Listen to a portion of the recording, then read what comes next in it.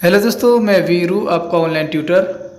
आज इस चैनल पे आ चुका हूँ एक बेहतरीन टॉपिक के साथ। आज का हमारा टॉपिक है नारीवाद। नारीवाद क्या है ये हम समझेंगे। यह बीए थर्ड ईयर का सबसे महत्वपूर्ण क्वेश्चनों में से एक है, तो देखते हैं क्वेश्चन है। तो चलिए देखते हैं क्या है और क्या नहीं है, इसमें हम समझेंगे।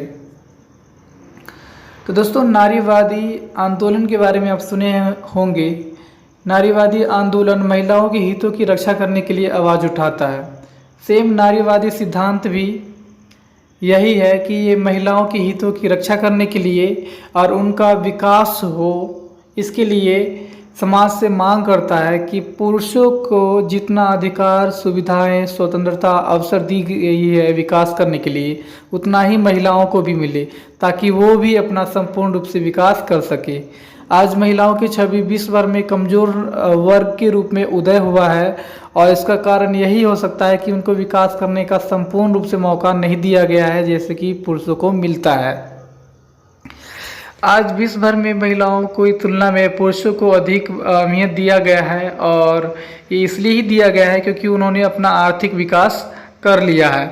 और जिन जिन देशों में पुरुषों को अधिक अहमियत दिया जाता है महिलाओं की तुलना में, ऐसे देशों को हम पुरुष प्रधान देश कहते हैं।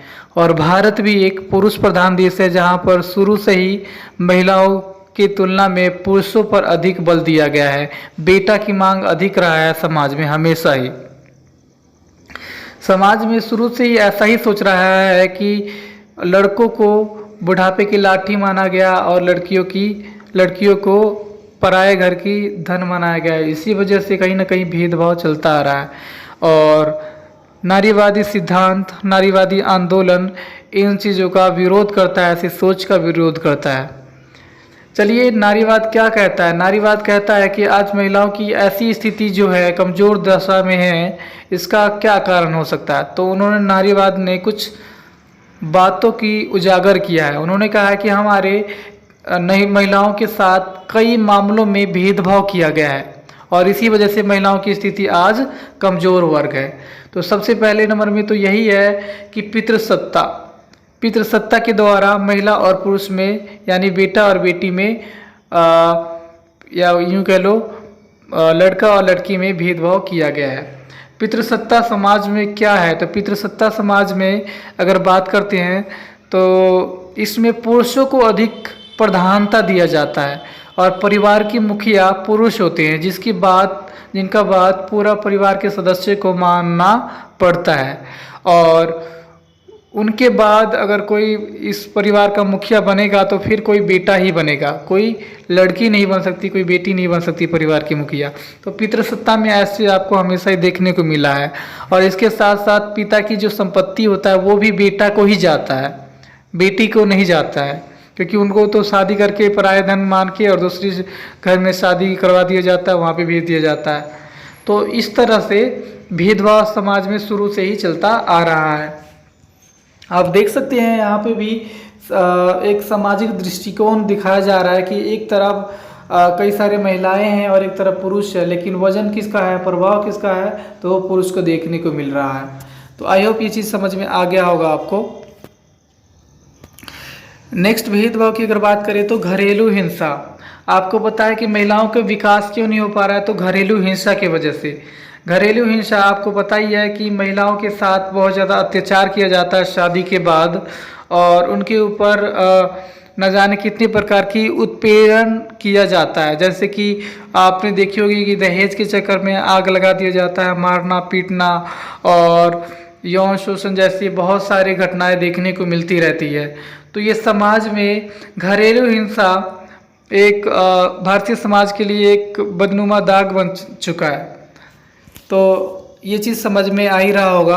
आप यहाँ पे देख सकते हैं कि यहाँ पे एक महिला है जिसके ऊपर कितना अत्याचार हुआ है, और ये बोल भी नहीं सकती कि मुझे यहाँ पे अत्याचार हो रहा है, क्योंकि उनको वहीं पर अपना परिवार मानना पड़ता है। वैसे से कितना भी उनके ऊपर अत्याचार क्यों ना हो रहा हो, अपने परिवार के विरुद्ध वो बाहर वालों को बोल नहीं सकते, अपने मायके में नहीं बोल सकती, और इसी वजह से इतना यातनाएं उनको सहना पड़ता है। ये समाज में ऐसा ही मानसिकता बना दिया जाता है।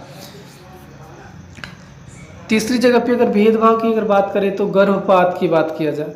देखिए दोस्तों, आपको मैंने पहले भी बता दिया था कि भारतीय समाज में लड़कों को बुढ़ापे की लाठी माना जाता शुरू से रहा है, और लड़कियों की अगर बात करें तो उनको पराये घर की धन माना जाता है। और ऐसे में इसी वजह से जब भी लड़का या लड़की होता है तो इसमें क्या होता है कि लड़कों को दिया जाता है, प्राथमिकता दिया जाता है, और लड़कियों को इतना नहीं दिया जाता है, अहमियत नहीं दिया जाता। और उन्हें डर होता है कि बड़ी होगी तो इनको शादी करवाना पड़ेगा, दहेज देना पड़ेगा। ठीक है, तो इस तरह की सोचों की वजह से, मानसिकता की वजह से गर्भपात किया जाता है लड़की अगर होता है तो भारत में मतलब अब तक मतलब गर्भपात की संख्या लगातार मात्रा बढ़ता जाता रहा है शुरू से ही, और आज एक सबसे बड़ी समस्या बन चुकी है।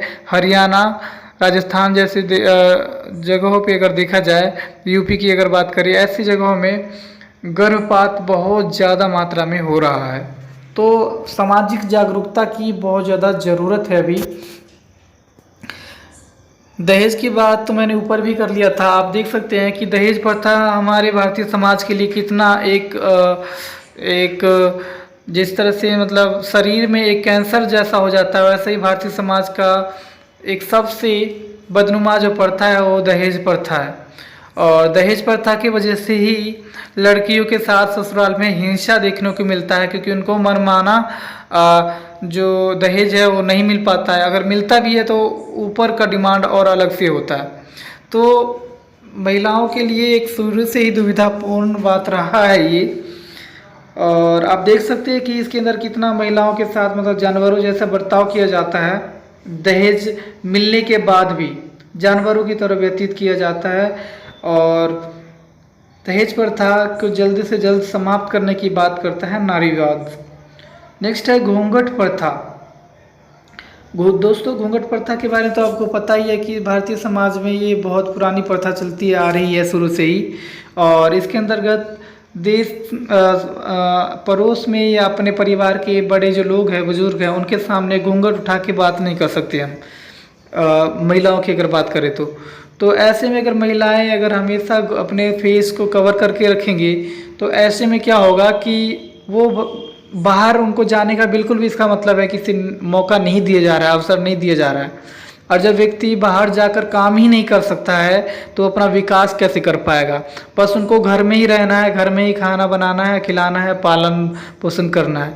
तो इससे व्यक्ति कितने भी काम कर ले, महिलाएं कितने भी काम कर ले, लेकिन उनका विकास होना संभव नहीं है। घूंघट प्रथा के विरोध की अगर बात करें तो सबसे पहले मैं इसका प्रतीक मानूंगा इंदिरा गांधी जी के। इंदिरा गांधी जी ने पूरे समाज का नज़रिया कहीं न कहीं बदला है, और उन्होंने ऐसी प्रथाओं का त्याग करते हुए, समाज का ऐसे दृष्टिकोण का बहिष्कार करते हुए, और उन्होंने अपना भारतीय राजनीति में कदम रखा और देश की प्रथम प्रधानमंत्री बनी। और घूंघट प्रथा भी समाप्त हो ही जाना चाहिए। इतना भी कठोरता से इस प्रथा का पालन करने की ज़रूरत अभी नहीं रह गया है, क्योंकि लड़कियां भी बेटी, जो बहुएं भी है वो भी तो बेटी ही होती है। दूसरे घर में अगर जाती है तो अगर सास अगर बेटी माने तो फिर इसमें कोई प्रॉब्लम नहीं रह जाएगा, और ससुराल के भी खर्चा उठा सकती है लड़कियां। नेक्स्ट, काम का बंटवारा। भारतीय समाज में काम का बंटवारा कर दिया गया है कि घरेलू काम जो है वो महिलाओं के लिए है। जो आप देख सकते हैं यहाँ पे किस तरह से इस लेडीज़ के घर में है कि इस घर में क्या है, किसी खाना बनाने का काम है, बच्चे को संभालने का, घर को संभालने का। इधर मतलब बहुत सारे यहाँ पे डॉक्टर काम, पार्ट टाइम महिलाएं काम भी करती है। तो महिलाएं हैं घरेलू ही काम कर सकती है ज़्यादातर।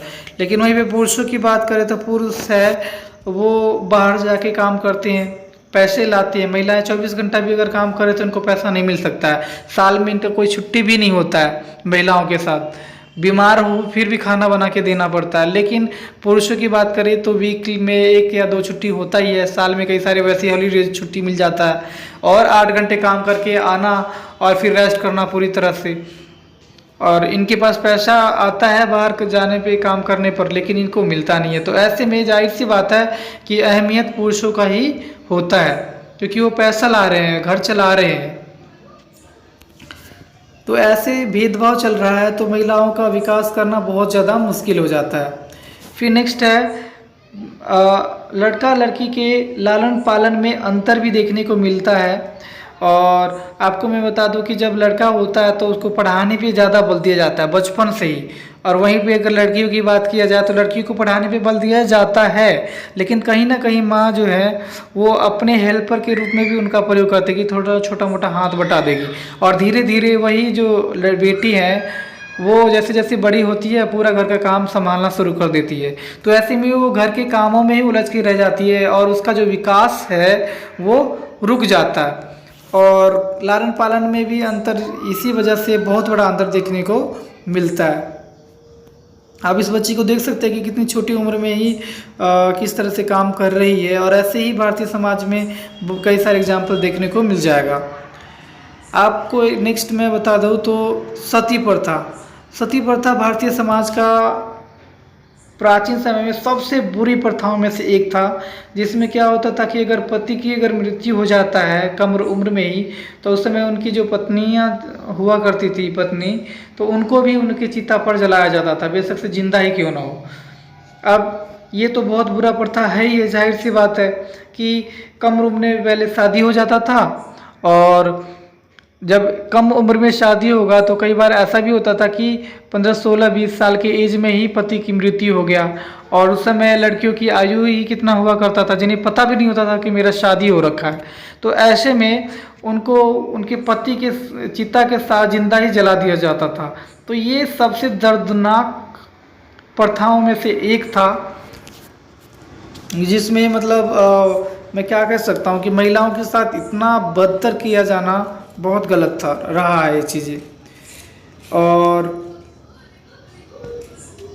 एक बार फिर से दहेज वाला पिक्चर आ चुका है। मैं पहले ही बता चुका हूँ कि लड़का लड़की में सबसे टेंशन वाली यही चीज़ होता है कि लड़की जब जन्म लेती है तो दहेज का टेंशन रहता है हमेशा ही, और इसी वजह से बेटियों को दहेज से तौला जाता है शादी के टाइम में कि भाई अगर बेटी जा रही है तो उसके साथ साथ दहेज भी देना पड़ता है। और गरीब परिवार के जो लोग हैं उनके लिए हमेशा ही ये टेंशन का सबक रहता है। तो इसीलिए ये लड़का लड़की में भेदभाव होता रहा है शुरू से ही। और इसके साथ साथ महिलाओं को जो स्वतंत्रताएं मिलनी चाहिए, जो अधिकार मिलनी चाहिए विकास करने की, वो अधिकार और सुविधाएं नहीं मिल पाती है। और एक बात और कहना चाहता हूँ कि आज की परिस्थिति बहुत चेंज हो रहा है, और जितना पुरुषों को अधिकार स्वतंत्रताएं मिल रही है उतना ही महिलाओं को धीरे धीरे मिल रही है, लेकिन उतना नहीं मिल पा रहा है जितना मिलना चाहिए। और इसी वजह से महिलाओं के ऊपर ना आज काम का दोहरा बोझ बढ़ रहा है। जैसे आप देख रहे होंगे कि महिला जो है ये घर के काम के साथ साथ ये बाहरी काम भी कर रही है, डॉक्टरी का काम कर रही है, part time as a doctor ये वर्क कर रही है। ऐसी बहुत सारे महिलाएं हैं जो घर में काम करती है और साथ साथ में बाहर भी जाके थोड़ा बहुत पैसे कमाती है। तो महिलाओं के ऊपर काम का दोहरा बोझ बढ़ रहा है, यानी कि डबल वर्क। पुरुष तो एक ही बार काम करते हैं, जा गए 8-10 घंटे काम करके आ गए, लेकिन महिलाएं क्या होती है जैसे सुबह सुबह खाना बनाना, फिर काम पे जाना खा पी के, फिर वहाँ से आना, फिर खाना बनाना। तो इस तरह से घर का भी काम संभालना पड़ता है और बाहर का भी काम। तो महिलाओं के ऊपर काम का दोहरा बोझ बढ़ रहा है, जिससे उनकी स्थिति दयनीय हो चुकी है आज। तो दोस्तों आई होप ये वीडियो अच्छा लगा होगा। अगर वीडियो अच्छा लगा होगा तो प्लीज़ लाइक, शेयर, कमेंट और सब्सक्राइब कर दीजिएगा, और साथ ही बेल आइकन को दबा लीजिएगा ताकि हमारा न्यू वीडियो का नोटिफिकेशन जल्दी आपको मिल जाए। Thank you so much.